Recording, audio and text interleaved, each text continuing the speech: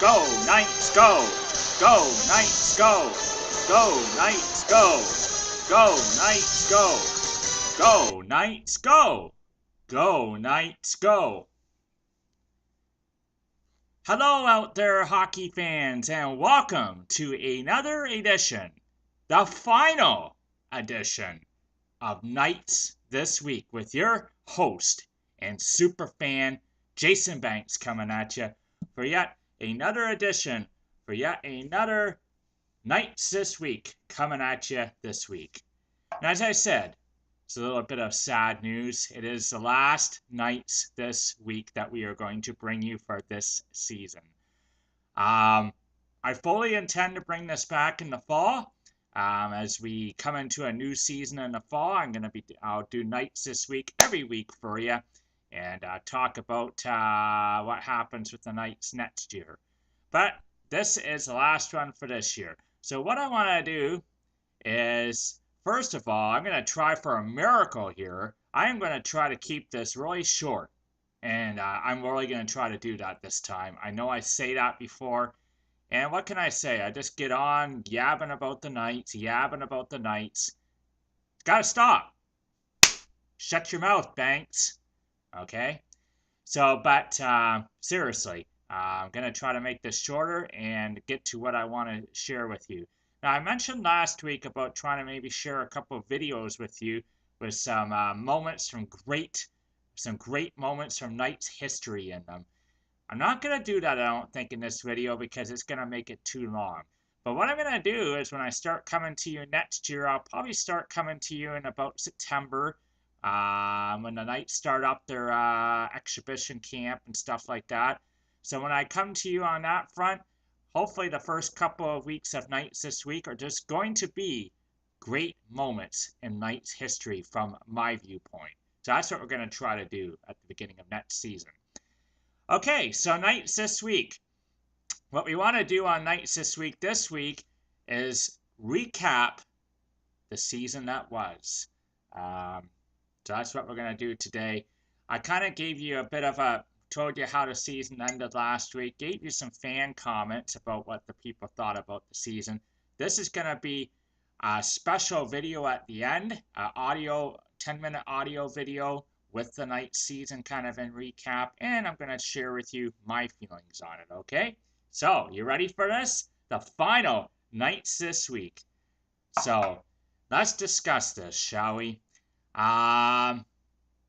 Let's start off with doing it in 3 segments. That's how I'm going to do it. Okay, so when the season started, obviously the Knights coming into this season as the defending Memorial Cup champions, and a lot of people had them as favorites to get back to that cup again this year, obviously. And with right reason, because the Knights were a young team last year, relatively speaking, and they had a lot of players from that team back this year. And when you started to see the players being returned little by little at the beginning of the season, you had no reason but to think, hey, this is going to be a really good team. They're going to be there again. They are going to make the Memorial Cup again. As I said, right reason for it. Okay, you look at the players who are getting back that are filtering into their beginning of the regular season one by one. You had obviously you had Max Jones sent back. You had Tyler Parsons, huge key. Tyler Parsons being sent back. You had Olli Juolevi being sent back. Victor Mete being sent back.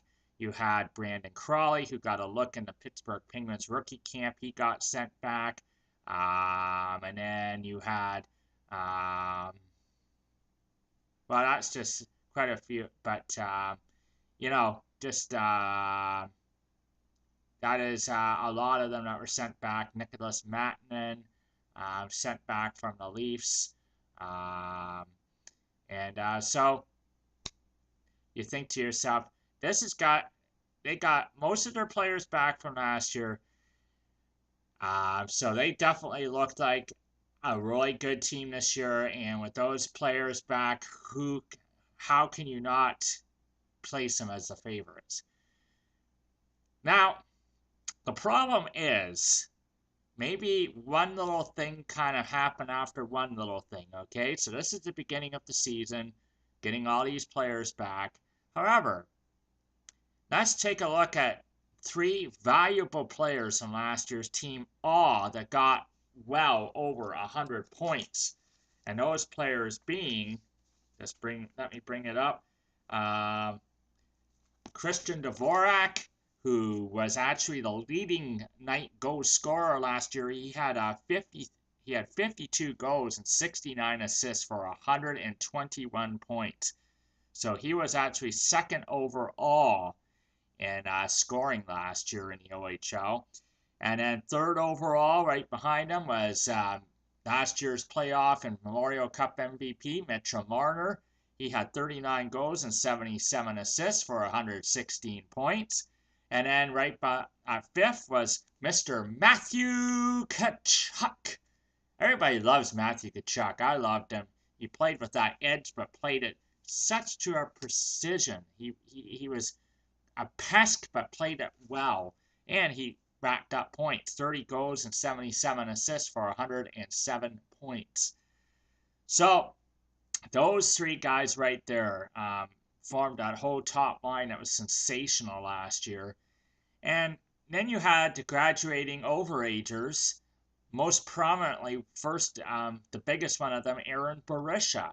Aaron Berisha was an overager, and he got 45 goals last year. So you look at all that. Aaron Berisha wasn't coming back because he was an overager. Christian Dvorak, many people already said he wouldn't be back. They said he's too good, he'll be in the pros, and he was. So that wasn't a surprise. But Mitchell Marner was kind of an iffy one. Mitchell Marner, they thought he had the talent, certainly there to make the NHL, because he had to make the NHL. But his size might get in the way because he needs to put on more muscle, more beef, so he's not pushed off the puck all the time. And then finally, Matthew Tkachuk. I know I myself was in that boat, and many others were like, Matthew Tkachuk's coming back. There is no way that Matthew Tkachuk is going to jump to the NHL already. Well, what happened? Mitchell Marner. We knew the talent was there, and the Leafs coaching staff loved what they saw with Mitchell Marner, so he stuck. Mitchell Marner stuck with the Leafs. And then you had Matthew Tkachuk that had a great preseason with Calgary. Got the call to start the regular season, and he kept playing well at Calgary in his first few games, enough that Calgary said, you know what? We've seen enough of this kid. This kid's not on a 10-game tryout anymore. He is here. He's here to stay. So you've just lost your whole top line from last year, plus Aaron Berisha. So that there was a bit of a blow. Mitchell Marner was kind of 50-50 if he was going to be back, but most people thought Tkachuk was a shoo-in to be back with the Knights, but he did not return. And then the Knights go out in the offseason, make kind of throw a dart. They just kind of threw a dart at a dartboard and said, hey, here's this kid, Jack Roslovic, with the Winnipeg Jets franchise. He's really good. He's pretty good, and he's experienced. He's got great talent. Let's trade a few draft picks and get him in our system. He'll replace some of that loss too. Well, it was kind of a shot in the dark because they didn't know, because he was AHL eligible, and sure enough, he didn't make the Jets, but he made the AHL team and he stayed there. So Jack Roslovic did not come. Matthew Tkachuk sticks with Calgary. Aaron Berisha's not back. And then obviously Mitchell Marner had a great season with the Leafs in his first year. So all of a sudden you got, you're like, wow, that's a lot of offense out the door. Where are we going to replace that? And, you know, I thought early on in the season they had Jani Kaukonen, their import draft pick. A lot of people said this guy's a good player. Like, he'll replace some of that skill up front and some of that goal scoring. And he did. I'll bring up some stats in a second for you. But Jani Kaukonen couldn't do it all on his own. And then Sam Miletich. Sam Miletich had a came back to play for the Knights this year after leaving during the season last year. And because of all those open spots, he stuck. And he had a very good season for himself overall. And obviously, he started out very well as well. Um, so but however, the losses that they suffered were huge. And to replace so much skill like that up front, not easy to do. And so when the season started, it looked good. But then Matthew Tkachuk's not coming back. Jack Roslovic didn't get sent here. And then you start to get problems with injuries. Tyler Parsons got hurt, missed quite a few games. And then later on in the season, he got hurt again. And then he got sick with the flu. Max Jones got hurt a couple of times this year and was out of the lineup for a considerable amount of time. Then Victor Mete got struck on the head with a puck, and he missed a lot of time due to that. So all of a sudden, you got players that were supposed to be here, hopefully, are not here, like Tkachuk and Roslovic. And then you got injuries compounding, and you know, Tyler Parsons pretty much played a third of the season for the Knights. It's crazy how few games he played with the word juniors thrown in. Same with Max Jones. Victor Mete played a little over half the season as it worked out with his injuries. So, you see where I'm going with this? Looked good at the beginning. Players not sent back, health issues, and kind of hurt this team. That being said, though, overall, this team had a very good season. They only finished 4 points out of first overall, and then the trade deadline came. This is the third part of it. Okay, trade deadline comes and they go out and get Mitchell Stevens from Saginaw. They go out and get Mitchell Vandersoppel from Oshawa, who had won a Memorial Cup with them, and a very elite moving, fast moving, puck moving defenseman. And then they get Dante Salaturo from Ottawa, who was playing in the ECHL but came over to London. Lots of experience there, and you're like, wow. That's what you think at the trade deadline. Holy cow. Everybody else better stop playing because you're not going to touch this team. Nobody's going to beat them. Didn't work out that way. Chemistry. Lots of issues with chemistry building after this with the team. Players that were doing well kind of fell off the cliff, like Cliff Poo, who was doing very well, but then he stopped contributing for some reason. And even Sam Miletich, who was really doing well at the beginning of the season, one point he was on pace for a 50-goal season, but he did not get it. He kind of dropped off. So, did they make the right moves at the trade deadline? I think in their mind they thought they did, but as it turns out, maybe not the right moves they made. Maybe instead of Vandersoppel, they needed a good, solid, hardcore stay-at-home defenseman. Maybe instead of Salaturo, they should have went after another forward like Warren Foegele, who ended up going to Erie, perhaps. But anyway, they made the moves they thought would be the best moves. Didn't work out that way. But let's take a look at some stats here. That's what I want to do quickly for you, first of all. Okay, so here's some stats for you. Keep in mind that what I said last year, the Knights scored 319 goals last year, okay? And this year, they did not score 319 goals. They scored 289. So they got 20 goals less this season. But still, considering all the offense that went out the door, I think they did pretty good with that. But Sam Miletich, get this, he was their leading goal scorer. He got 37 goals this year, 18 assists for 55 points, but nowhere close to the numbers that Christian Dvorak put up last year. Cliff Pu was the leading point getter with 86 points, 35 goals, 51 assists. But again, when you look at numbers that were put up by Tkachuk, Dvorak, those kind of guys, 121, 116, quite a bit off that as well. So they didn't have one single 100-point getter in this lineup.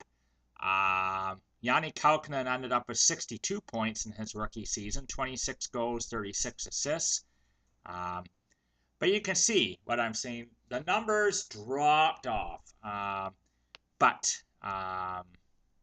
Anyway, that is what was the biggest issue with the Knights this year. Did they have a great season? Absolutely. Did they meet their expectations? I guess if your expectation is a Memorial Cup championship, which I think what every team's goal is when the season starts, and obviously, yeah, you didn't meet that expectation. But let's take a look at this team over the last, overall since 2005. Every year except 3 seasons since 2005, this team has had 100 points or 99. Okay, 99 this year, 99 in their 2012 championship year. So when you go through, what is it, like 12 seasons, and you only have 3 seasons where you don't get 100 points or close to it, that's pretty darn good.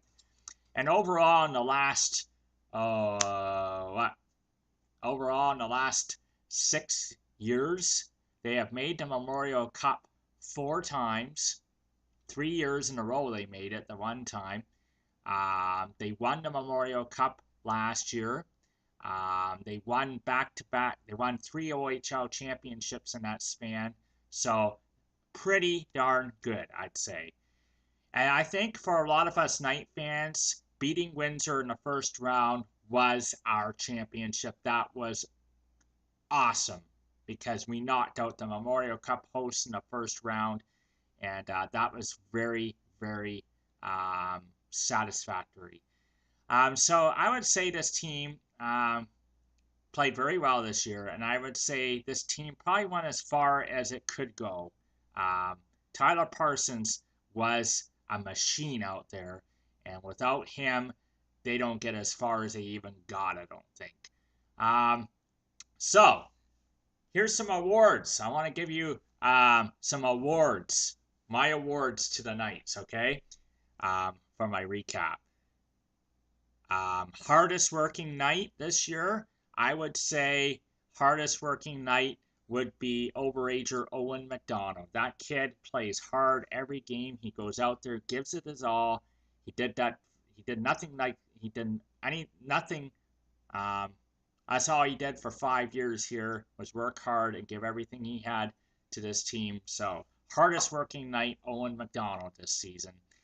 Defenseman of the year for the London Knights, I think without a shadow of a doubt, goes to Victor Mete. You could tell how much they missed Mete out there when he was out for a considerable amount of time injured. He was the most important cog in that defense out there this year. He was great. He gets goals and he plays pretty good defensively too. So he is the defenseman of the year in my books. Most improved player this year, I would say, would be Sam Miletich for sure. I gave you his numbers earlier, but this was a kid that left the team halfway during the season last year. Didn't put up a lot of numbers last season, but he was prominent this year up front, and he certainly did well this season to put up the goals he did and the points he did. Definitely, he was a turnaround player of the year in my books. Best forward, I'm going to make this the award of best sophomore, and that goes undoubtedly to Robert Thomas. Robert Thomas had in his second season, he had a great season. He got 16 goals and 50 assists for 66 points. So that's pretty darn awesome for him. This kid is going to be drafted this year in the NHL. He'll be back next year with the Knights, and I think he is going to be a very prominent player for this team next year. He's going to be, I think he's got a shot to be a 100-point getter next year in my books. So Robert Thomas, definitely the sophomore of the year. And finally, the MVP of this Knights team, MVP, MVP, MVP. Finally, the MVP of this team, without a shadow of a doubt, nowhere close. Tyler Parsons, I think, absolutely, especially in that Erie series, because he almost stole that series for the Knights in the Erie series. He stole 2 games. He almost stole a third one in the final game. So without him, this team isn't probably where they are, to be honest. So Tyler Parsons, definitely the MVP of this team. Now, what I want to do quickly is look to next year's team a little bit and then give you that special video I talked to you about. Who's going to be back next year? Who's going to be gone? Those are obviously questions you talk about at the end of a season. Well, we know 3 players who won't be back because they're overagers. That's Owen McDonald, Dante Salaturo, and J.J. Pickenidge, the captain. None of them will be back. They're all overagers. They cannot be back. So you got those 3 players. And then you don't know who's going to be back after that. But here are what I would believe, okay? I think Mitchell Steven, I think all their trade deadlines are gone, to be honest, because I think they're all good enough to be in the pros next year. And that's Mitchell Stevens thrown in there now. He had a great playoff season. And Mitchell Vandersopel, I think, will not be back as well. He'll be back. He'll be up in the pros somewhere. So add in those 2 with the 3 players I told you about. Tyler Parsons will not be back. He is going to be moving up next year to pros as well. He deserves it. The kid has done absolutely sensational in 3 seasons here in the OHL. So he's ready for the next level. He will not be back. And beyond that, it's hard to really know. Victor Mete has got an entry-level contract. Yanni Kaukonen has got an entry-level contract. Yoli Juolevi was drafted in the first round. And if you want my opinion, I think Juolevi will not be back as well. He's been here 2 seasons, and that's usually what you get out of your import picks. 2 seasons is about what you get. So I think he will be gone next year, Juolevi. Victor Mete, I don't know. But Montreal will take a great look at him, I'm sure. But he could be back. And I think he might be back, Victor Mete, to be honest. And then you look at the rest of the team. Yanni Kaukonen certainly made a name for himself these playoffs. He had a great playoffs, no doubt about it. Will he be back? I don't know. But Carolina will take a good look at him, and he may or may not be back. So that's a lot of players gone from the team for sure, considering Ngoi, absolutely, your key centerpiece right there. But the Knights will be good next year, I think. I think they're still going to be a contending team next year. Maybe get them a couple years before you see them back in the Memorial Cup again, perhaps. But I think they're going to be right. They'll be okay next year. They'll have a lot of youth infusion into their lineup for sure. Liam Foudy, a rookie who played down the 4th line this year, he'll get a higher. He'll get more ice time next year, and he'll be on a higher playing line for sure. So look for good things from him. And then you got guys in the system that could be up in this team next year too, who are very talented as well. Billy Mosco is a draft pick of theirs, and he just had a great season in the Junior B League the Greater Ontario Junior Hockey League. In fact, he was Rookie of the Year in that league, so he did very well in that league. So he's a player to maybe keep your eyes on. Richard Rittikour played a few games here for the Knights. He is with the London National system, so he may get a look in the preseason. You got a defenseman, Jacob Golden, who played a few games, but with the probably three defensemen, because I talked about the defense, Jalevi gone, Van der Soppel gone, and maybe Mete gone. With the holes in the defense, Jacob Golden will probably get a lot of ice time and play regular defense next year for this team. And then there's guys they drafted this year. There's this kid, Lucas Rowe, who is committed to the Knights, and he'll probably be in the lineup next year. So, a lot of youth coming into this lineup next year to replace some of the missing players, I'm sure. So that's what's going to happen next year with this team, I believe. And their goaltending situation may not be as bad as you think, because Jordan Coy is only 16 years old, and we saw him quite a few times in the net this season for the Knights. He did pretty darn good for himself, put up some great numbers. So look for a lot more playing time from him next year. Maybe Tyler Johnson's in the mix as well. But they also drafted another goaltender in the entry draft, which he definitely may get a look as well. So there you go. That's what I wanted to talk to you about this season. Okay, so looking ahead, I will give you a bit of an update to what's happening in the OHL right now. And Mississauga Steelheads have made it to the OHL finals. They actually swept the Petes out in 4 straight. Rather impressive sweep by the Mississauga Steelheads over that team. And at one point this season, Mississauga was like 7 games under 500 in last place. Underperforming for sure, because this was a team that was supposed to be really good this season. Didn't start out that way, but they are really good right now. They're in the OHL finals. They have got themselves there, just like I said they would. I predicted them to be there. Now, in the other series, last night, Erie beat Owen Sound in Game 5 to take a 3-2 series lead. Unfortunately, because I am going for Owen Sound. I want Owen Sound to beat Erie.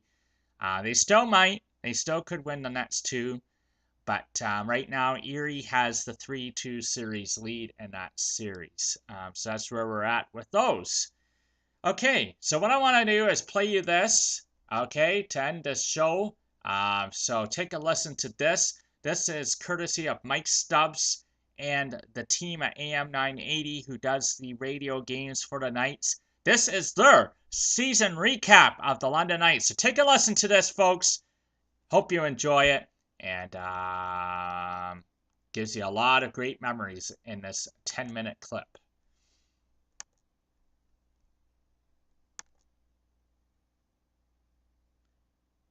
It's coming on, folks.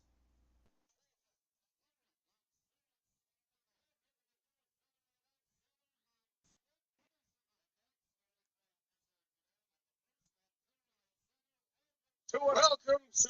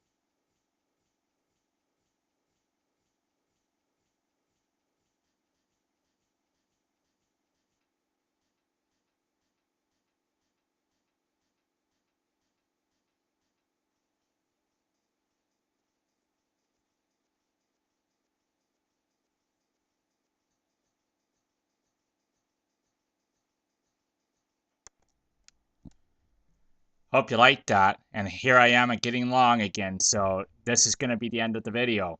What I will tell you is keep an eye on my channel because I think I'm going to bring you something new. I'm either looking at crazy club stories from my past when I used to go to this club all the time dancing, or I'm going to go with something like crazy soap opera plot lines because I've seen quite a few of those too, and they're pretty funny to talk about. So that's what I'm going to be kind of looking at. But I think for right now, I'm taking a bit of a hiatus, okay? I think I'm going to take 2 or 3 weeks off of doing videos, think about what kind of fun one to bring you next. So, just to let you know. But this is the end of nights this week. But I will be bringing you something new in 3 or 4 weeks. That would be kind of fun. So keep your eye open for that. So I hope that you enjoyed nights this week. And in the fall, we are going to be bringing you nights this week once again. As we look forward to that. So until then, take care. And this is your host signing off.